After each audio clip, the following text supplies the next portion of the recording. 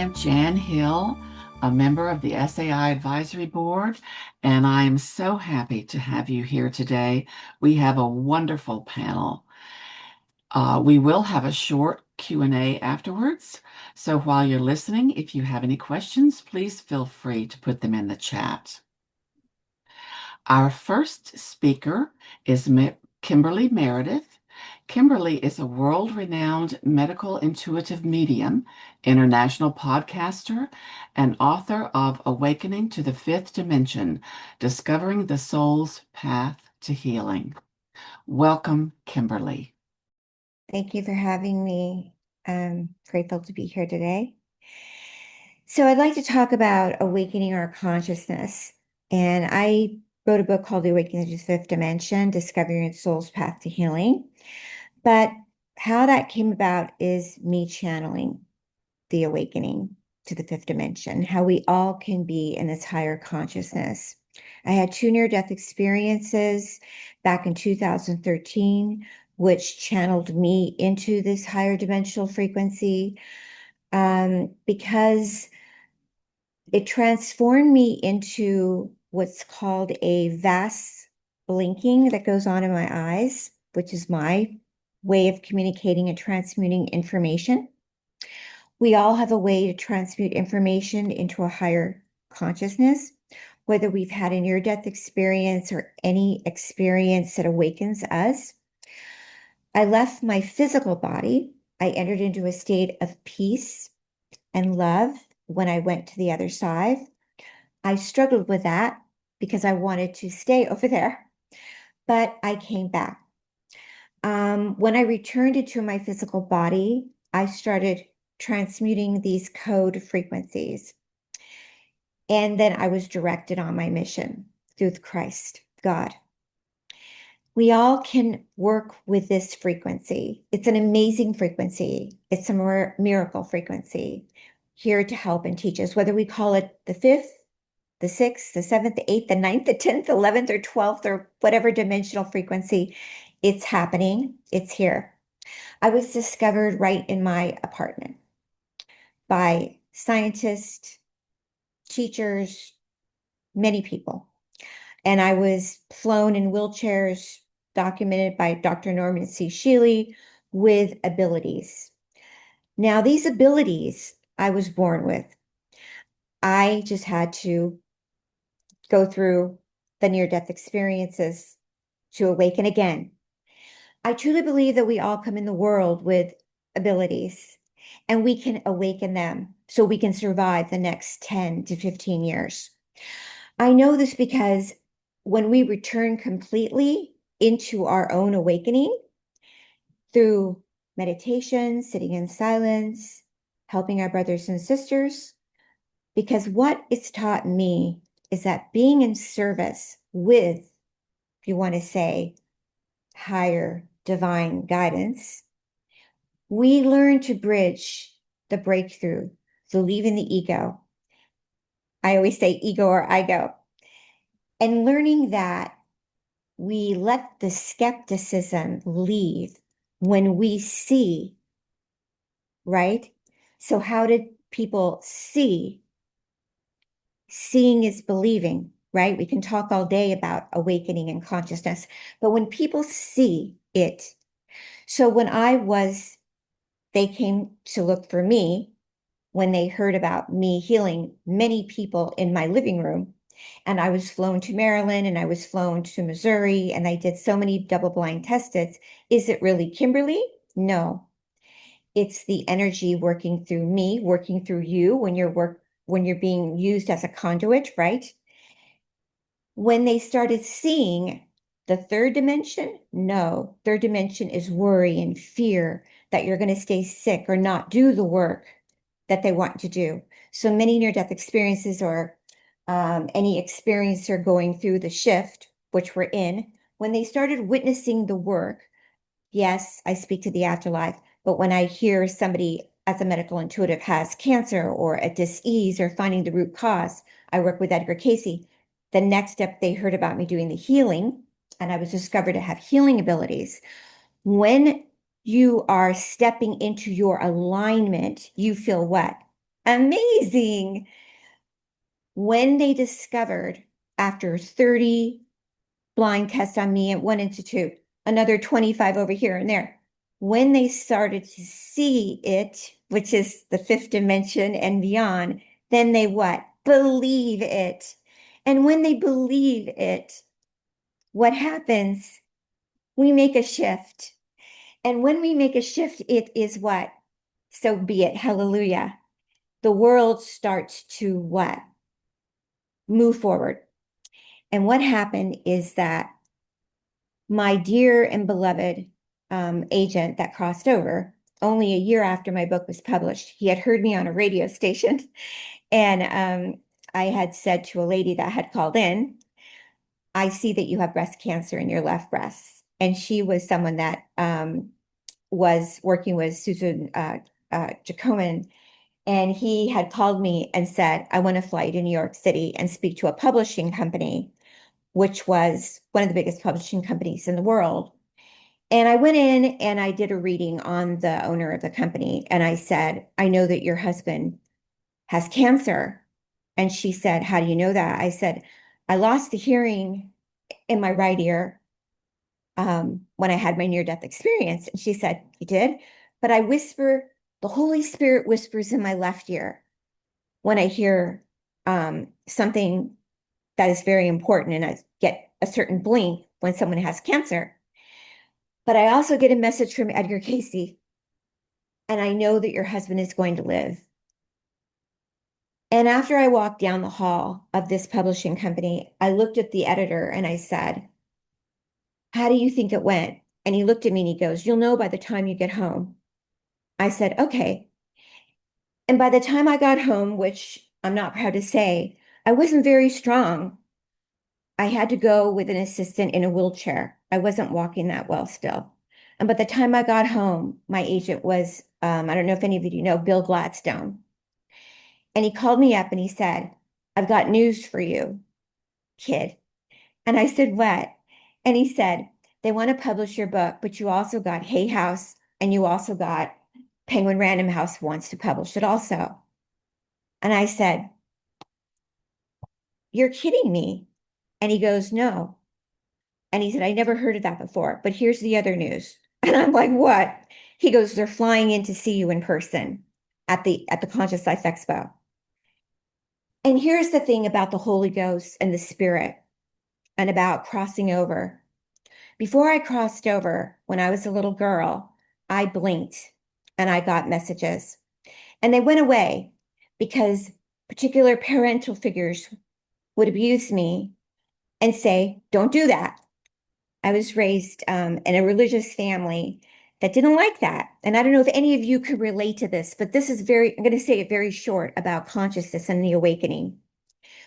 When a couple of these executives came out to see me at the expo, I was pulling particular people up onto the stage, and they had tumors around their neck that were fairly large. I don't know if you know what goiters are or lymph nodes, and it's in my book, and I did more testing on this too.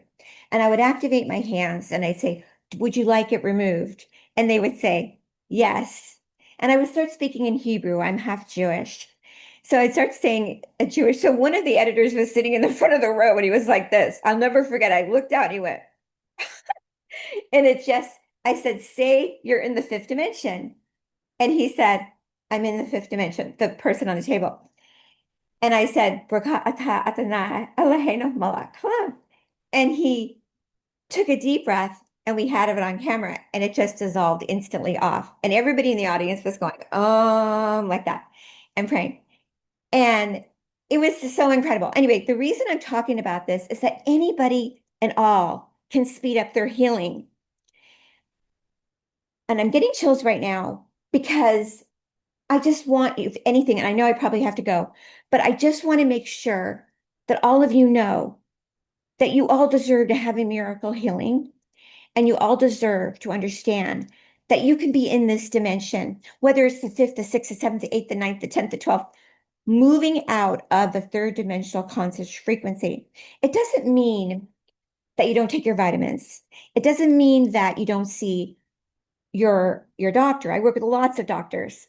And doctors come to me because I'm a medical intuitive holistic practitioner, but I won't want to ever take away the name healer. Praise God. And I wanted to say that, and I'm not touching on everything, but making sure that you don't drink bad water. Janet, is my time up? Okay, okay, okay. I want to make sure that there's certain things and chemicals and things that are going on in our world right now. So for an example, thank you.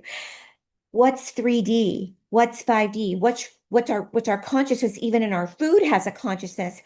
Like for example, like this pen has a consciousness. I know it sounds bizarre. This glass has a consciousness.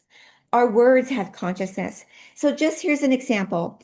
Every day, waking up and saying some things like, I am a multidimensional being.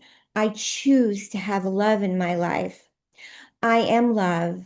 I am healed. I am the light. Instead of saying, gosh, I am never going to get healed. That's a third dimensional word.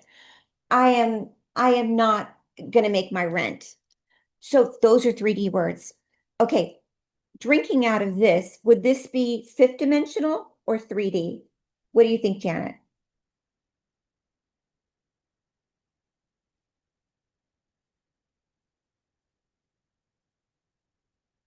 Okay, so this is glass, right? So this is fifth dimensional. If I was going to hold up plastic, that would be third dimensional. So what I do with my eyes is I scan everything. So I know when people do sessions with me, even they come on, they still go to sometimes herbalists and things, but that's okay. What I do is my brain is sped up so fast that I will go through every single thing and I will read. So after my NDE, I came back and I channel Casey, but I do this channeling where I can screen every single thing to see what is 3D and what is 5D. We want our homes to be fifth dimensional, like having filters on our sink, having filters in our shower. So awakening to fifth dimensional consciousness means expanding yourself with the one. So we can not only awaken our telomeres, but our DNA. Does that make sense to everybody? On? That makes sense? Okay. So they're just channeling that right now. Okay. Also, saying yes. So saying yes, I'm healed. Yes to the new relationship. Yes to the soulmate. Yes to my relationship I'm with my husband for the last 20 years can be ignited into a higher dimensional frequency. Yes to opening my heart to miracles. Yes, I deserve a miracle. So just yes, yes, yes, and eliminating the no's. Does that make sense too? Okay. So, awakening our consciousness, does it have to be difficult? My God. Okay, there. Yes, I do. No. Awakening our consciousness can be fun. Okay. Am I a serious healer? I really am. Do I come off being silly? Of course I do. I love having fun. And can awakening your consciousness be fun? Yes. Yes, it can be fun. And does God like you to be childlike? What do you think, Jeremy? Yes. And so what they're saying is, I choose the frequency. We all have frequencies. Everybody has a different frequency. I choose the frequency of unconditional love. All of us make mistakes. All of us are learning here, like Norma said. All of us are going to move in and out of different relationships with people. Some people are going to feel a little more 3D, like the gossip, or they feel like, all of that. But we don't want to hurt them, but maybe we just feel more of over in this area a little bit right now. We want to love them and forgive them, but maybe they're in the third dimensional crowd and we're moving more in the fifth dimensional frequency crowd. So there is a shift going on, a rapid shift right now. So the guides are saying that we don't leave the 3D baton totally, but we want to help them, but not so much all the time to get in that energy frequency. We are moving rapidly. As I talk about this, and very simple in my book, the Fifth Dimension book, but I am working on a new book. But the Fifth Dimension book is a good start. It's on audio also, but it's not a race of who's better than who. When you cross over the other side, as you guys know, when you come back, there is a very big, I know for me it was, transmission of a soul connection, a soulmate frequency connection. And soulmates are on a lot of different levels. There are soulmate friends, there are soulmate family, and there are soulmate energetic communicators. So all I can say is this: when you find somebody that's having a really hard time, my God, I guess I was thinking really fast. We don't want to ditch them, but we want to help them, bridge them into an understanding that we listen, we love, and we help boost them and activate them into this higher loving kindness, fifth dimensional frequency, which comes from the Holy Spirit. The Holy Spirit is love and kindness and softness and gentleness. So I want to thank all of you for having me here today. This is my first time I've ever spoke at the conference, and I'm grateful to be here. And I want to make sure that you know where to get a hold of me. This is my book called Awakening to the Fifth Dimension of Discovering the Soul's Path to Healing. That's wonderful. And we really appreciate you being here. Thank you. And if you need me, I'm at thehealingtrilogy.com. Okay. But thank you so much. I got chills too. That was an amazing, amazing story. Thank you. All right. Our next speaker is Meredith Narissi. Meredith is the founder of Meredith's Healing Arts Enlightened Wellness. Meredith is an international presenter and author of Seven Veils: Mystical Secrets of a Feminine Path to Enlightenment. And Meredith? Hi, everyone. I'm so happy to be here. I'm very grateful, Yvonne, in particular, for you accepting me. And like Kimberly, this is my first time presenting for you, but I'm very excited to share. So first of all, I'd like to say that I have a master's degree in education and art. I also am a board certified polarity therapist, a holistic spiritual healer, a Reiki master, and I love working in the spiritual realm to help people. And my book, Seven Veils, Mystical Secrets of the Feminine Path to Enlightenment, was written because I experienced a spiritual awakening. So I'd like to share with you something about that, if I may. So this started to happen to me in a very serious time in my life. And can you see the screen Yes, we can. Thank you. without being blocked? We can see So it. I was a professional belly dancer, and I owned a fitness studio, and I was kind of hyperkinetic. And the only way I could meditate was in the bathtub with quiet music and candles so that my body would relax and then my mind would follow. So this was a particularly difficult time. I was going through a divorce. My children were visiting their father states away, and I was very, very, very sad. So I'm crying, I'm feeling sad. And I had this awareness that I was not just a victim, that I also perpetrated some painful experiences, and that my children were suffering due to a divorce and perhaps my inability to love better. So I was really feeling a lot of sensation.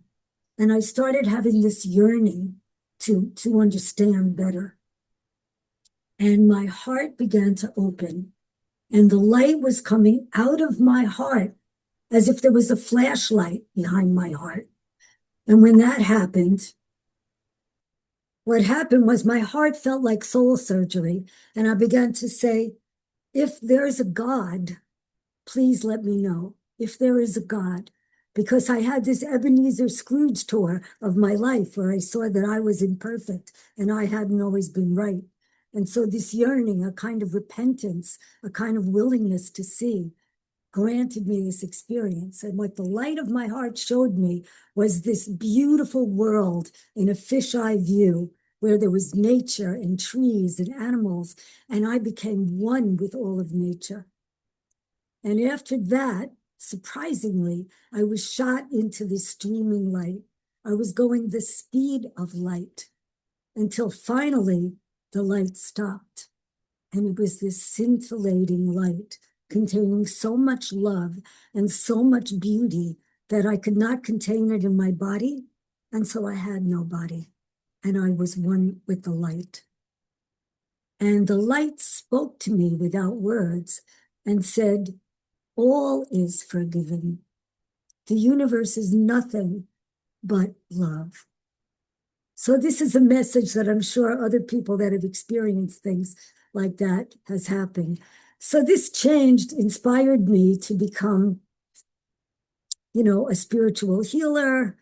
I made a meditation, and I ended up, of course, writing a book. And it was based on my experience as being a belly dancer. Because when you spend a lot of time in the arts, especially dancing, you get a very deep understanding of somatic knowing, body knowing, embodiment of your wisdom. So I wrote the book, Seven Veils, and it's a template for how to practice so that you can perhaps move toward this enlightenment. So I speak to it in terms of veils. The first is the veil of denial, where we say, what are you denying yourself? Well, maybe you're denying yourself that you had no part in this suffering, and that maybe you should wake up and take a look. So the first veil is the veil of denial. After that, it's the veil of sensation. Now, all these stages are related to the chakras, the colors of the rainbow, yogi stages of enlightenment, Buddhist stages of enlightenment. Many mystical religions all talk about changes in these different venues. So in my book, I explore that more deeply. So in this veil, you awaken to mind, body. You awaken to the comings and goings, attachment and loss, and you start to feel things in a more sensual way that's not quite just a mental construct.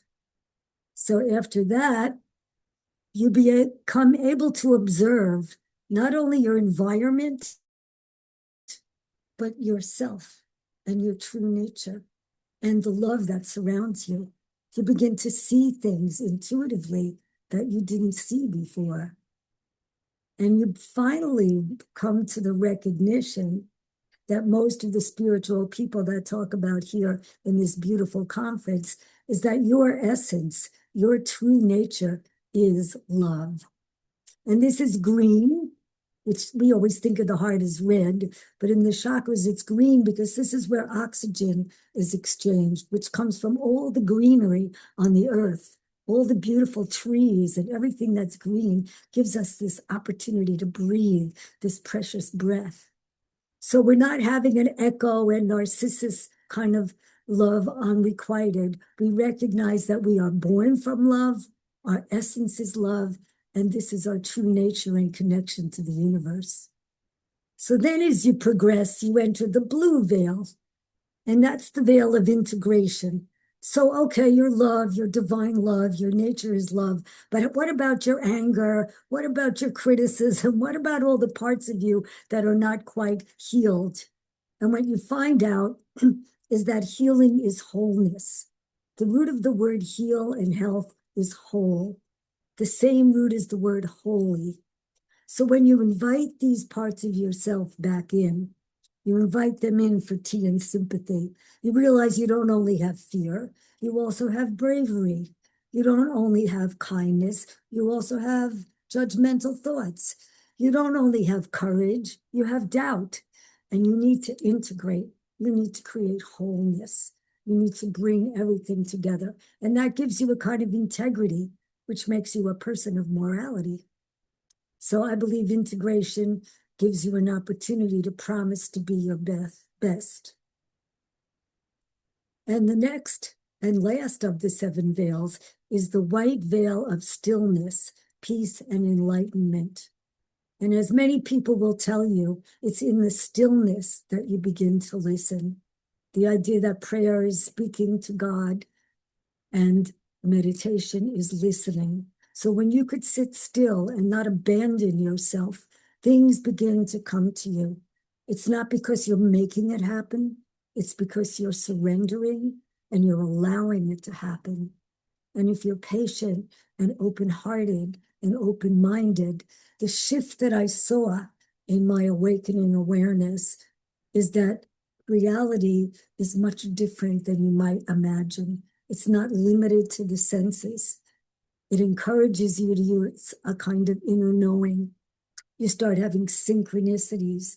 You start having all sorts of amazing experiences to give you intuition that not only helps you, but you can help heal others with this loving kindness. So how much time do I have left? Okay, so this is me. And this is my book, which is on Amazon. And you write 7 Veils, Mystical Secrets, and you'll find the book. And this is an example of Reiki healing or polarity therapy and all the beautiful things that I love to do to help people. These are some of the things that I do. You could look up Meredith's Healing Arts. And I love to do one-on-one therapy. I do it on Zoom and also in person, of course. And I teach workshops on things like dream analysis and handwriting analysis, any way you can get to know yourself. And as Kimberly said, playfulness, childlikeness, joy is a phenomenal way to integrate all this knowing. It's it's kind of a secret avenue to getting to the imagination, which leads you to higher realms and more understanding. So I want to thank everyone for listening. Please buy my book and connect with me. I would be greatly honored. And thank you again, SIA, for the beauty of all these amazing people connecting and sharing what is often not allowed to be said. Thank you Well, so thank you, much. Meredith. We appreciate it so much. That was very inspiring. Thank you. All right. Next on our panel is Jeremy McDonald. Jeremy is a quantum healer, transformational speaker, and host of Mystic Dialogue. He's the best-selling author of The Sovereign Mindset, Unlocking Your Divine Potential. Welcome, Jeremy. Well, thanks so much for having me here and allowing me to share here on this beautiful conference. Thanks for having this space. And so I just wanted to kind of start off with a little bit about my story so you understand where all this information came from. And so I started meditation probably in 1997, and I was about 23 years old, maybe a little older than that. And fast forward, I had worked as a healer and an energy healer, but also in corporate America at the same time. So you can just imagine working 2 worlds. And fast forward to about 2012, my mother transitioned into spirit. And that was on January 9th of 2012. And I had what is called a shared death experience with her. And to kind of describe this shared death experience just very quickly, is that I'd spent the night holding her hand. And if anybody knows, I was born to a 16-year-old mother in 1974. So she was my best friend. She was also the person I traveled the spiritual world together. She was my one that taught me Reiki. She was a shaman and a nurse, and she had done all kinds of stuff in the energy healing world. So that morning of January 9th, I went to move from the chair I was sitting in to move over to the couch and fall asleep just for roughly about an hour until I got this feeling, that feeling you get when you're a teenager and your mother's trying to wake you up. And I just had that feeling like I was about 15 or 16 years old. And my mother's like, Jer, if you're going to say goodbye, right now is the time to do it. And I was like, at the 16-year-old, yeah, I'll wake up here in a second. You can just imagine this thoughts going through your mind because you're kind of in this half interesting energy in both worlds here in this moment. And then her assistant that used to work for her knocked on the door in her hospice room and said she'd like to say goodbye. So I ended up waking up and getting up and letting her in and kissing my mother goodbye and saying I love you, Mom, and I know you'll be watching over me. And she had actually said that the night before. She says, the last word she said to me is, I will always watch over my son. So here I am in my late 30s at this time. And I went and laid back down to go to sleep. And the nurses came and tapped me on the shoulder and said, "Mr. McDonald, your mother has just passed."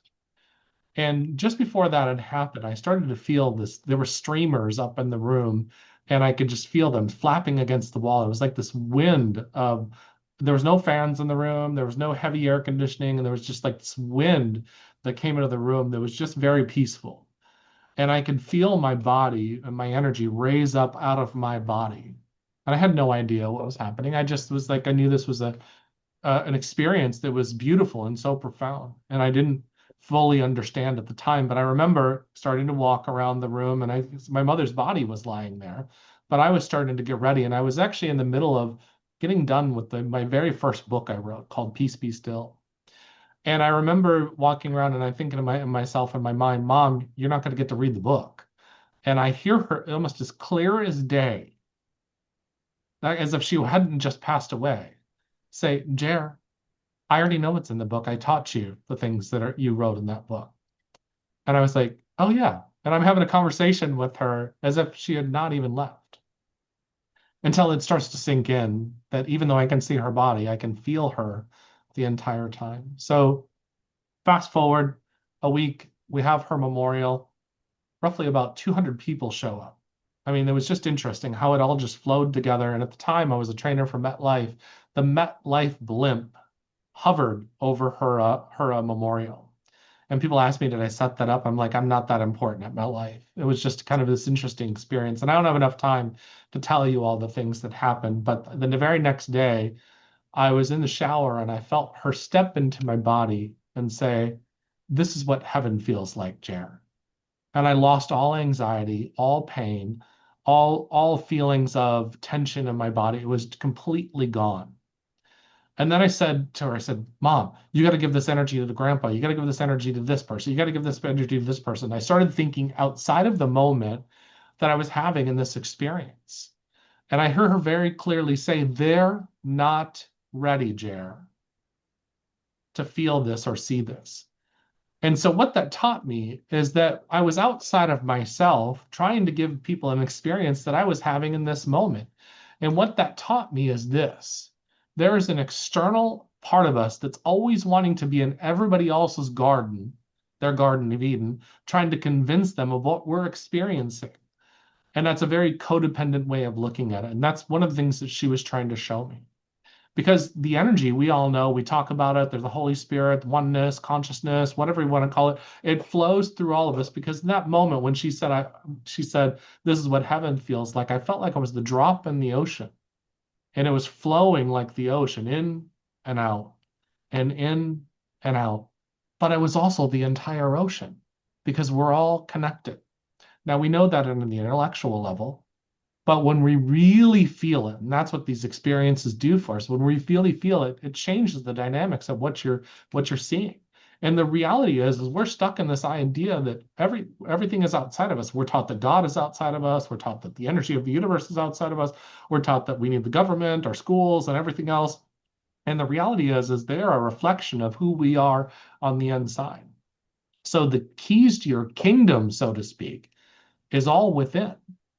And when I realized that the heaven she was showing me was actually within, so when I go within to love myself, when I go within to show my manifestations or whatever it is I'm praying for, then I'm actually literally connecting myself to what I was already connected to in the first place, but I'm no longer separating myself. I'm now connecting to all of you. I'm now connecting to everybody in the world. And when I'm literally out in other places, then I'm out of balance. And so this just continued on for many, many years. Now it's been 14 years later, and I've went through all kinds of experiences. What I realized is the shared death experience, yes, it's cool, but it's not the important part of what happened. It's who I became as a result of that. So fast forward many years, I'm on a cruise. I build conferences on cruise ships, and my very first one, we were doing a healing circle. And I did this healing, the group of us did a healing on this man. And I remember my mother put her hands through my hands, and I literally started feeling energy flowing. And nobody knew that this man had a brain tumor in his brain. And so he called my friend Jessica later on that helped me put on the conference and said, "My tumor has shrunk in half." So then I started saying, well, it was my mother. It was my mother. It was my mother that did that. She put her hands on me. It's obviously her. And then she finally said, it's all of us. We are all one. So you were just allowing that energy to flow through your physical self to work with his physical self. And as Kimberly was saying earlier, he said yes. And so that was his allowing, that giving and receiving, that ocean that we were talking about. So the keys are inside.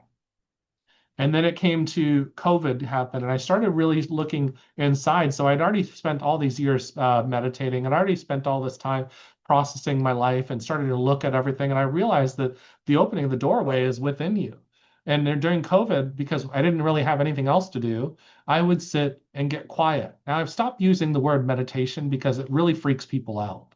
What I say is, I want you to hang out with yourself for 5 minutes, 10 minutes, 30 minutes, and just breathe in through your nose very slowly and out through your mouth. And this is what I did through COVID. And I would notice my energy would be next door with my best friend, out in Phoenix with my family, with my brothers and my sister out there, worrying about what was going on in Washington, worrying about what's going on over here, worrying about the future, stressing about what happened in the past. Well, when you're anywhere other than right here and right now, you're not in your temple. You're not in your Garden of Eden. You've cast yourself out. You've got the flaming sword, and you're literally sitting there saying, don't come back in here. You're literally turning yourself into the enemy. But when you start to look within, that flow of eternal bliss and that eternal fulfillment is there. But the really cool part that I really started to understand is through my mistakes, and I've made a lot of them, that they are the coolest opportunities. So when I make a mistake or when I start to fall out of balance, I get excited. When I've walked down the wrong road and I really realized that I started going down Interstate 75 and when I really should have been going down Interstate 95. I live in Florida, by the way. And I realized, whoa, you're way out of balance here. I don't start to criticize myself. I'm like, ooh, here's something new to learn. Because this is what my mother taught me in life. Is this. And because everything that's happened to you in your life has led you to this point. Your parents, every experience. So there's wisdom that came through all these people you've interacted with because the universe is always talking to you. And one of the things she taught me is she taught me to color outside of the lines. And so she said, you can color outside of the lines, dear. She goes, here's what ends up happening when you color in the lines. She goes, outside the lines, you get to do whatever you want, but coloring in the lines allows you to manifest and create and ground the energy. I didn't even realize that she was teaching me how to manifest, because when you start to solidify what your prayers are about and really get into it, you really start to solidify and ground it, and that's the coloring in the lines. It's not the following of the rules. It's literally bringing it into matter and taking it out of that spiritual consciousness and then bringing it in here into the now of the moment, and why that's important to understand. And this is what I've really learned since the beginning of COVID. You are greater than you could have possibly ever imagined. That's what the sovereign mindset is all about. This is what my next book is all about. You are greater than you could have ever imagined, because the embodiment of the divine energy is within you. You are divine royalty.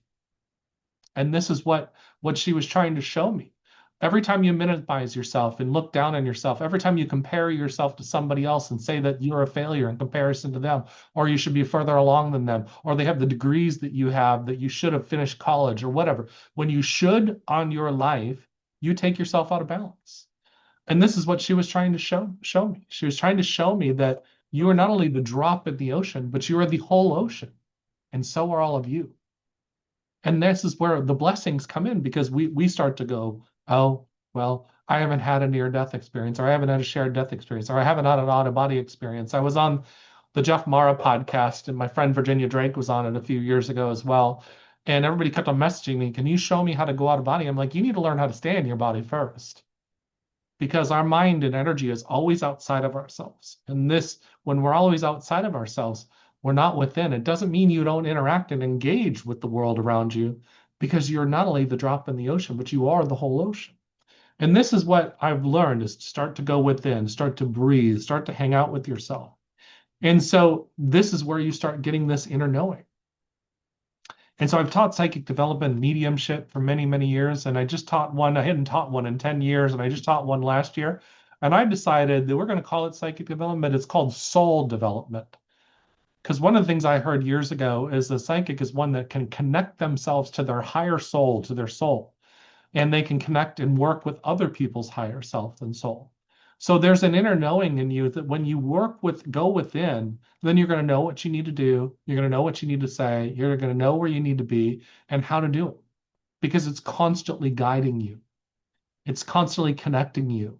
It's constantly connecting to the angels or whatever you want to call to, whatever you're prone to. There's a power and force within you that is so strong, but it comes from going within, loving yourself. And I'm not talking about just getting your nails done and all that other kind of stuff, but that's a part of it. Taking care of yourself physically is a part of it. Taking care of your family is a part of it. And loving those around you, because when you love yourself, when you really start to empower yourself, then you're by default empowering other people. And this is what she showed me. And one of the other things she showed me is she's always there. So your loved ones, when you start to feel them around, or you start memories of them start to pop up, that means that they're literally around you. Those have passed on to the other side, because this is one interesting story that I'm going to kind of wrap up, because I know I have just about a minute left. Is my mother in 2014, 2 years after she had passed away, her dog was still with me. We called her Shaman Dog. And people would say, your mother's eyes are looking through her. I swear that your eyes. Well, one year at Christmas, my mother went to a medium that didn't know her in life and said, I need you to go and buy my son an Archangel Michael painting. And she said, well, Lori, I don't have the money. She said, don't worry about it, taken care of. Next day, she got a bunch of clients. She was able to buy me this painting. And that painting was my Christmas present from my mother. Now, this woman didn't know that I literally had the Archangel Michael around me since I was about 5 years old. So it was a sign to me that my mother was saying, I'm still here with you, and I'm keeping my promise. I am always with you, and I am always watching of you, because that's the energy of the universe. It's always plotting to do you good because it's within you. And I would love to stay connected with all of you. My website is just my name, jeremymcdonald.net. My phone number is up there if you want to take a picture of it. All my social media, my books are on there. And thank you so much for allowing me to serve you today. Well, thank you, Jeremy. That was really thought-provoking. I just love that. It's all up to us. Absolutely, absolutely, absolutely. Thank you so Okay. much. All right. Our final speaker for today is Michelle Holling-Brooks. Michelle is founder of Unbridled Change. She is an archetypal consultant and author of Trauma-Informed Enlightenment and its companion oracle deck and guidebook, The Sacred Witness Oracle. Please welcome Michelle. So I am so grateful to be here, and wow, I am just blown away by everything in this beautiful conference. And I want to kind of bring forward what you've heard from pretty much everyone, and Reverend Norma, when she talked about the seeker. We are all on a seeker journey. We are on that journey to remember, to find ourselves, and to embody ourselves. And to that soul that Jeremy was just talking about, I like to call myself a soul activist, is because we are here to remember that we are both ourself, our personal self. We are a collective self. We are a soul. We are a collective soul. We are all of those things. But that journey of remembrance, whew, that can be a doozy. And that is where our spiritual transformation experiences and awakening, that's their role, to be in there. And it's part of this archetypal pattern that is within each of us. So this seeker's journey, this transformational change that we are on. I love this image. This is one of the cards from the Sacred Witness Oracle. And it holds within it so much truth that in the spiritual awakening is this little seed, this seed that gets kind of plotted into our timeline. It is there. It's like almost like a turkey little timer that goes ding at some point in our life, that contract awakens, and we are set on a journey to remember, to evolve, to step into who we truly be. And in that moment, we have a choice. Do we engage it? Do we allow ourselves to start to grow and awaken and take that chance to come out of the form that we have been sitting in, waiting for the awakening that is already built within us, and let it start to take root? Let it start to allow itself to expand and to start to push against the confines of our existence, how we see ourselves, who we see ourselves to be, how we see ourselves in relation to others and others in relations to us. And that is that journey of coming to break through that surface and to pop our head above the quote unquote muck of that 3D world and allow ourselves to start to recognize that there is so much more than what we've experienced and that struggle that we've been feeling. And at that point, we get to expand and work. And here's the little owl, which is a sacred witness in my oracle. And we get to see and we get to witness and expand and work with elements that we've never known were there, but we could feel and we were searching for and working for. And ultimately, we get to grow and be in our full form. But then the interesting thing is we're asked to start again and again and again. And so while we think, oh, if I can have this awakening experience, if I can, like Jeremy was saying, have that ability to like step into an out of body or this, that, and the other, then I'll be able to fill my fulfillment. It's a never ending journey. So we want to let go of that promised land seeking. But that promised land seeking is something that we all fall into because that's what we're taught within our collective, especially if you're born in the Western culture, is we're taught to strive to make a goal, to work our way towards that. And so, of course, we pick that same template up and we put it over here on the spiritual journey and that awakening, that consciousness. And that can get us in a tricky trap, right? And so we're going to talk about these in a moment. The first part, many of you have probably already felt, it is that call. It is that moment where we have a break of that mundane, monotonous movement of how we've been conditioned from in utero and throughout the experiences of our life to see the world. Some of us were maybe fortunate enough to have a parent that was in this beautiful world. And so they brought us that awakening from the beginning. But many of us came up in very, very different circumstances. And what does that look like? And in that moment, we have an opportunity to break out of that human condition. For me, one of these moments, and I've had multiple ones throughout my lifetime, but one came at 23 when I was so lost in that sea of trauma and past pains. And all I saw was that Earth was a torture chamber and anything but full of love and light and the ability to be there. And at 23, all I knew was that I just wanted it to stop. I knew this wasn't reality. I didn't know how to bridge the gap between what I felt and what I was witnessing and feeling. And it all felt like too much. And so I took a handful of pills, passed out on the basement floor of the apartment that I was staying in at the time. And that is where the universe intervened for a third time, really, with a near-death experience. And my beloved companion, Baron, German Shepherd, he licked into my mouth, triggered a vomit response, and brought me into that place where I ended up throwing up all of the pills.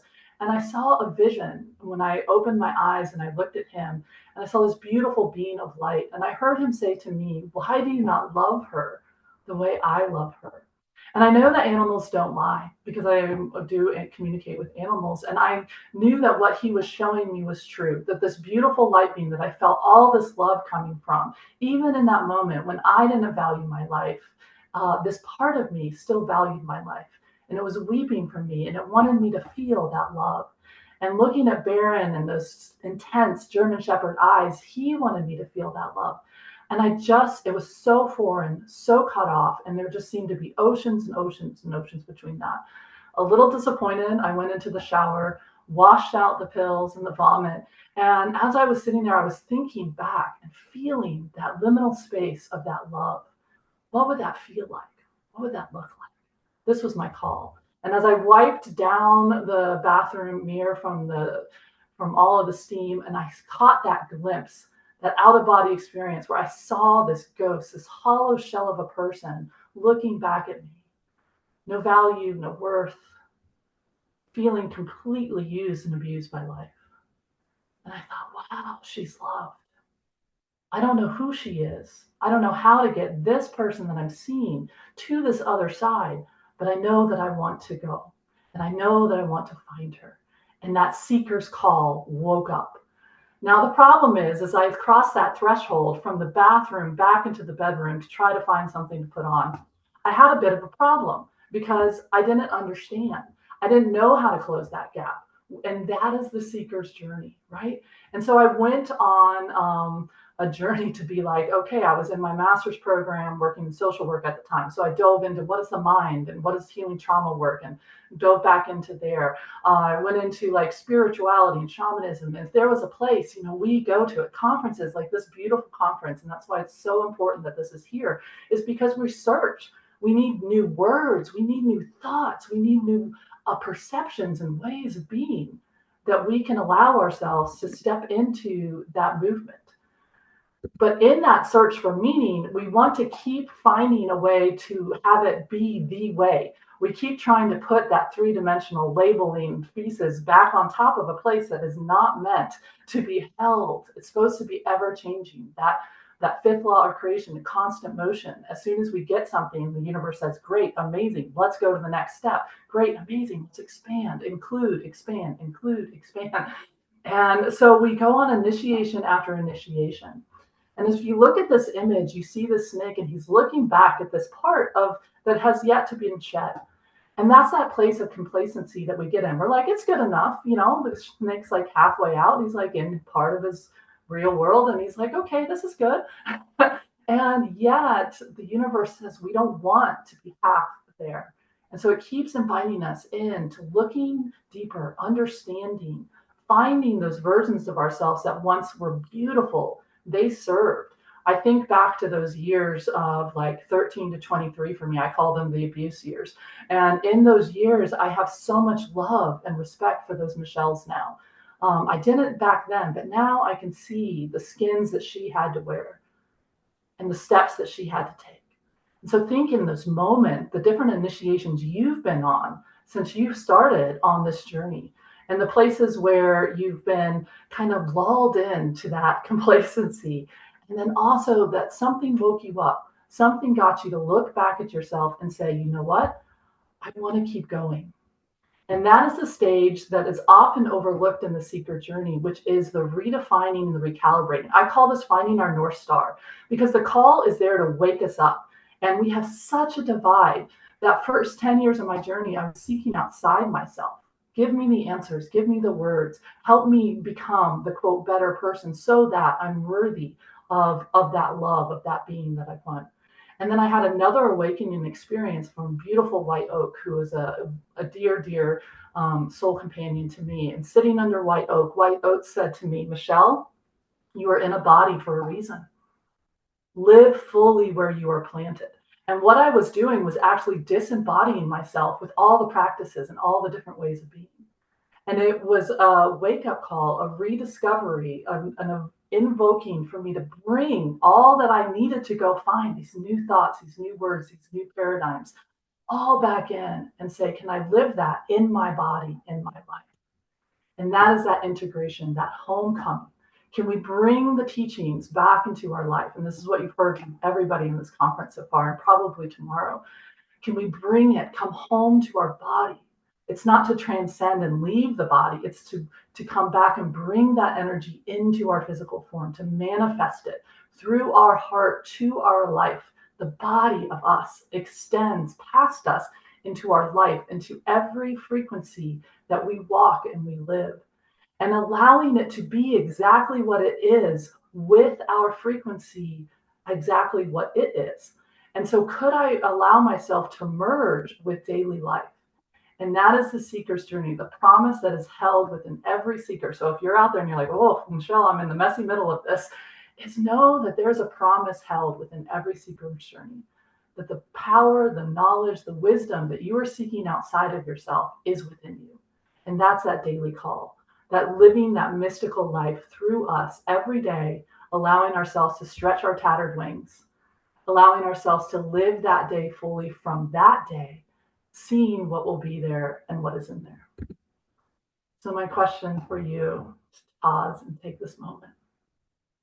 What stage of the journey is calling to you? Knowing that we literally rinse and repeat like a spiral, suffering and coming back through and over, each time expanding and going deeper.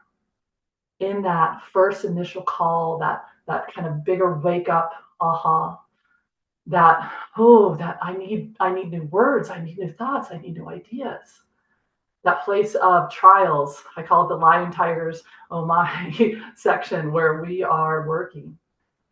That place where we allow ourselves to be redirected, to let go of the initial call and recognize that there is a deeper call, a call into our life and into our body.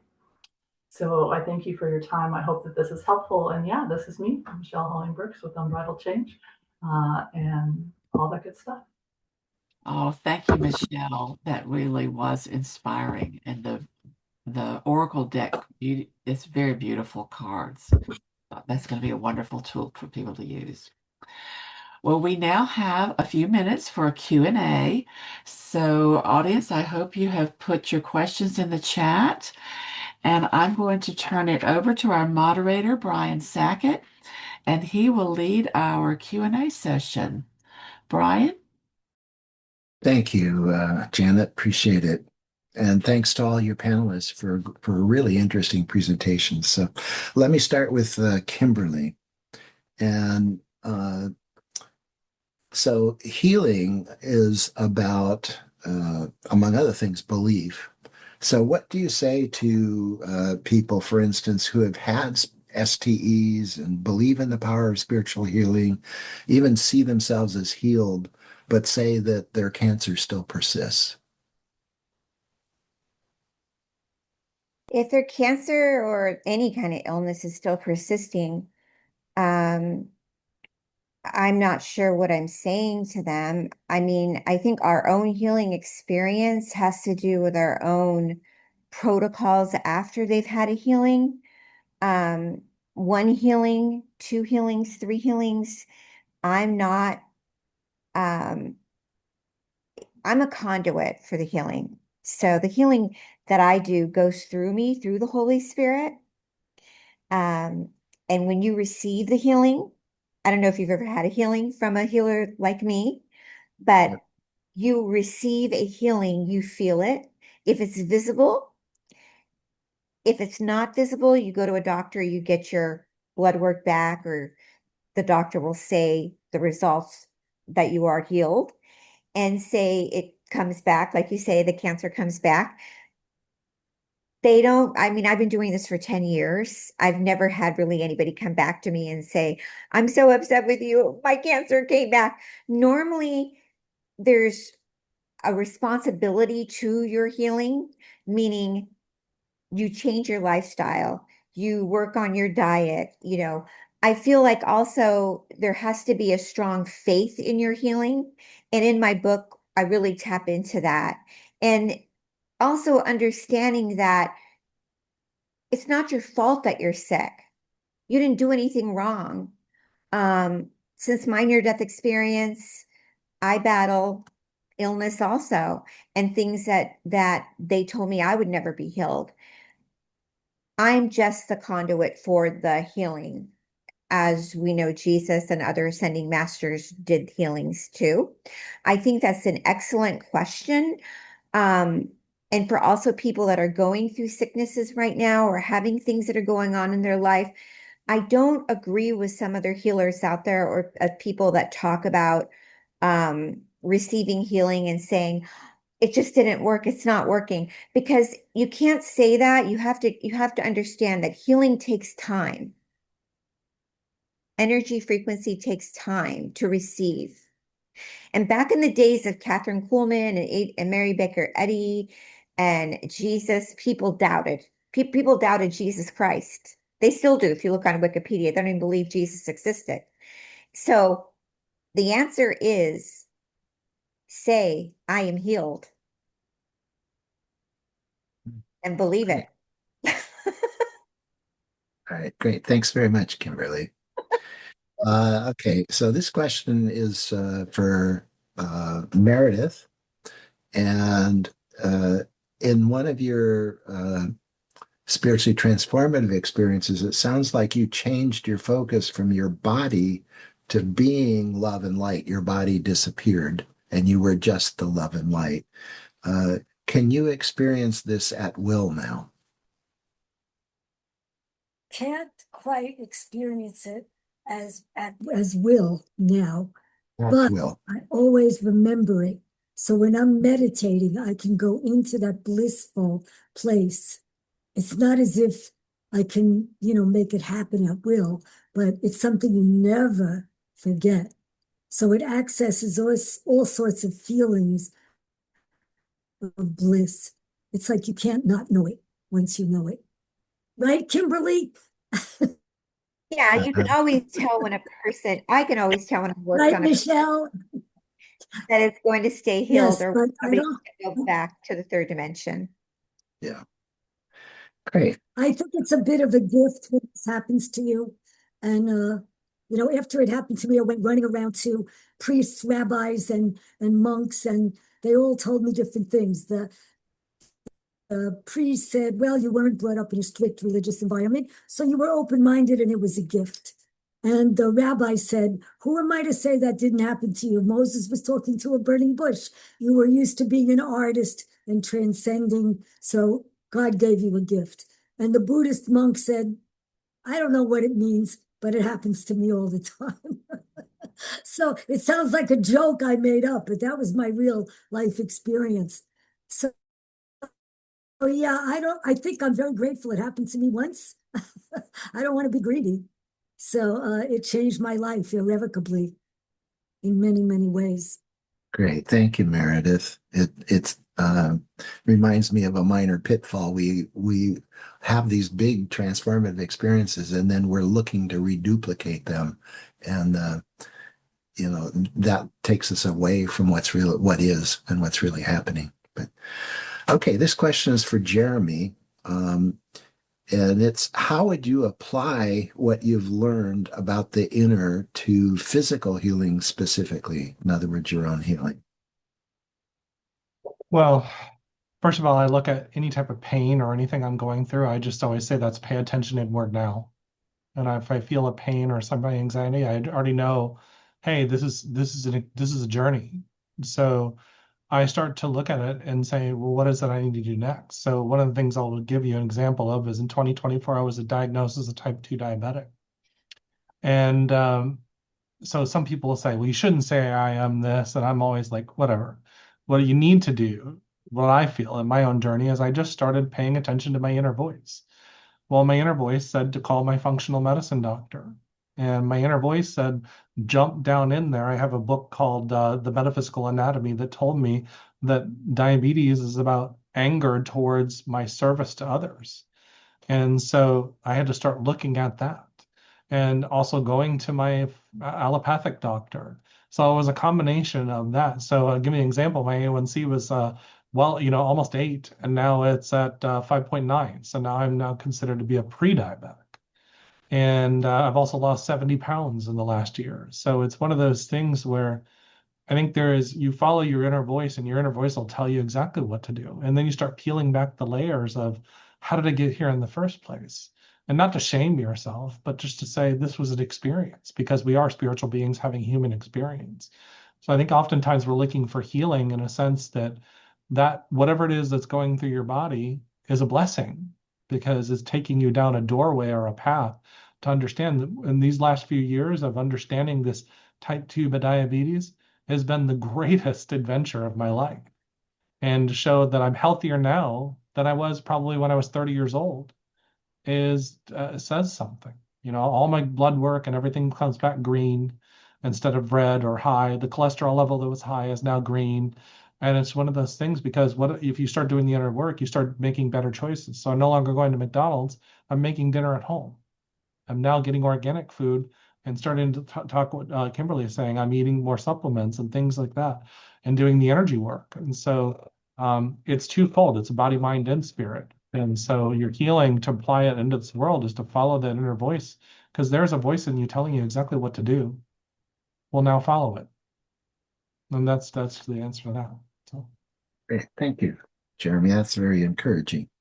Um, okay, a question for Michelle. Michelle, your bio says uh, that you use trauma-informed methods combined with spirituality to help people find, live their fully loving and authentic life.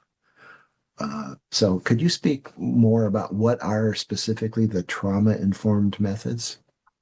Yeah, so trauma informed means that we allow ourselves to honor that journey of the seed that it was in the one slide, that each one of those things puts a thumbprint, an imprint on us.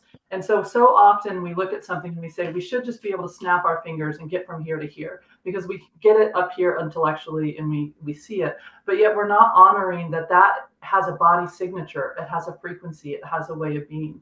And so we often end up subtly shaming ourselves and feeling bad, like we've kind of talked on it a couple of times, like we should feel bad if we're sick. Oh, you thought this, and so therefore that. And that sets us up to be outside of love. That sets us up to be in a place where we don't honor the wisdom that the body is bringing to us. We don't honor the pathways and that journey of truly evolving the consciousness, both in our nervous system and our body. And so bridging that gap so that spirituality is a safe place. It does honor that journey and that people are reworking their whole psyche and bringing that whole thing with it while still allowing them to say, yes, we're shedding those skins and we can be a part of it. And that's the piece that I think in what I found as I was learning and gathering my toolbox, so much of it just made that impression of you should just be able to do this. And that doesn't quite honor the whole person. While yes, we can change like that on a dime, we are asked to work with time in this lovely thing called Earth Scroll. And so we want to honor that and bring that in a way that doesn't shame somebody for the experiences they had, but yet helps them see the strengths and the growth that's in it. Great. Thanks very much, Michelle. Uh, we've only got a couple questions in the chat, so I'm going to go back to Jeremy for a minute with this one. So Bethany wants to know, what is one thing I can do to confirm when I am hearing my sovereign self? That's a good question, actually. You'll know the sovereign self is not about judging anybody. It's not about judging you. It's a very loving, calm voice. So if there's any sense of criticism, Bethany, like that says, oh, you should be doing this, that kind of stuff, that's not the sovereign voice. The sovereign voice says exactly what you need to do, and it's very direct and very clear. But it's loving at the same time. It's kind of like that your loving parents saying, hey, I need you to be home by 8 o'clock. There's no judgment, there's no anything, it's just very clear directions. So that's your higher self saying to you, hey, take this left-hand turn. Now you can make the right-hand turn, but there's going to be traffic down there, and the left-hand turn maybe takes you a little bit out of your way, but you get to see all these cool things like the ocean or the mountains or whatever. And so what we get caught up in is what we think we should do, or we listen to other people. And you'll always know when somebody's not operating from their sovereign self because it's critical, or they're in judgment. Well, I wouldn't do that because that could cause this. Well, that's to me a fear voice. But when it's very direct and it says, hey, this is what I'm thinking, da da da da, then they're really telling you. So it's a very subtle feeling. And it's almost like you ever had a synchronicity and you feel like everything just came into oneness in that moment. That's your sovereign voice. That's your sovereign voice trying to talk to you. And it doesn't always just come in like I was giving a session with somebody the other day, and she says, well, how do you know if something's speaking to you? Well, I saw over here I was in a craft room and I saw four handles on craft boxes. And I said, there's 6 boxes there, but I can only see the 4 handles. And I said, well, she goes, well, what is that telling you? I said, well, behind you, it happens to be 2:02 p.m. That's a 4. So I'm seeing 4 there, 4 there. There's also in the angel right here hanging there, there's the 2 points at the angel wings, and the bottom part is the 2 feet. So that's 4. So I said, what happens? The universe starts showing you symbols that you're in the right direction. Well, 4 to me means balance. I said, so where are you out of balance in your life? And so that's where the sovereign voice is constantly guiding you with symbols and a passionate voice, and it's always guiding you at some point in time. So I hope that helps. Great, thank you. We have time for a couple more questions. Linda Kimberly wants to know, there's a book about the reincarnation of Edgar Casey. Do you feel he is still here on Earth or only in another realm? I didn't understand. Is saying No, Winfrey or David no, Wolf? no, no. Edgar Casey. Okay, the It's, reincarnation of Edgar Casey, those were both my friends that wrote that book. yeah, And they both crossed over. So that's what I thought you were asking about that. no. I think she's asking, is Edgar Casey reincarnated? Okay, yeah, because I don't know if you knew I channel Edgar Yeah, Casey. yeah. Is Edgar Casey reincarnated? That's interesting because my friends that wrote the book, The Reincarnation of Edgar Casey, they just recently crossed over. They just recently crossed over. No, I don't feel Edgar Casey, he's saying no to me right now. I am he's using me to do the work I do. Going back to Jeremy's answer, when we get that intuitive hit, like how they put me on the spot with doing my root cause scans and work, people will often say, how can you do that, Kimberly, where you go out and you scan people's bodies and your left breast has cancer? Okay, so how can I be that bold to do that, right? And say to somebody, or the brain tumor that's going on in your brain is a myeloma, or you have a mitral valve. So is that Kimberly doing that? No, I'm hearing that whisper in my ear, and that's Casey and other doctors coming through and whispering that to me. So that's a fact that what Jeremy's saying, when you push away those uh, hits, make sure that when you hear good information coming at you, um, you want to go with that soft voice, those good hits. And that's very important to right now understand. I'm channeling to you guys. If you can get in development classes, intuitive development classes, I teach them, other people teach them. It's good to understand the good hits that you're getting and the negative hits. Thank you. Great. Thanks very much, Kimberly. So this will be our last question for Meredith. How does your enlightening experience show up for you when dealing with phase of life changes or even thinking about the end of earthly life? That's an amazing question. I think that death is one of the most chronic avoidances, like the stage of denial. Nobody wants to talk about it. It's something that happens to everybody else. It doesn't happen to you. But it's true that as I get older and my body changes more and more, especially having been a professional dancer and a fitness person, I miss the freedom that I had in my body. But I'm very well aware that the physical changes and the limitations are an invitation to actually understand yourself and not define yourself by things like your personality or your body or all these things that you've grown so attached to. So yes, absolutely.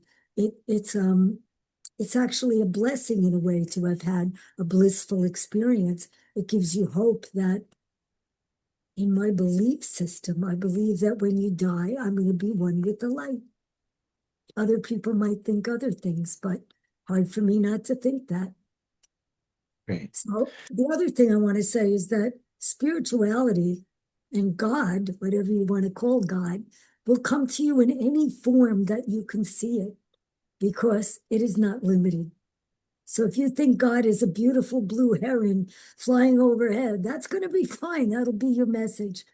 So, yes, if it's your mother, Jeremy, giving you a message, then that's the message.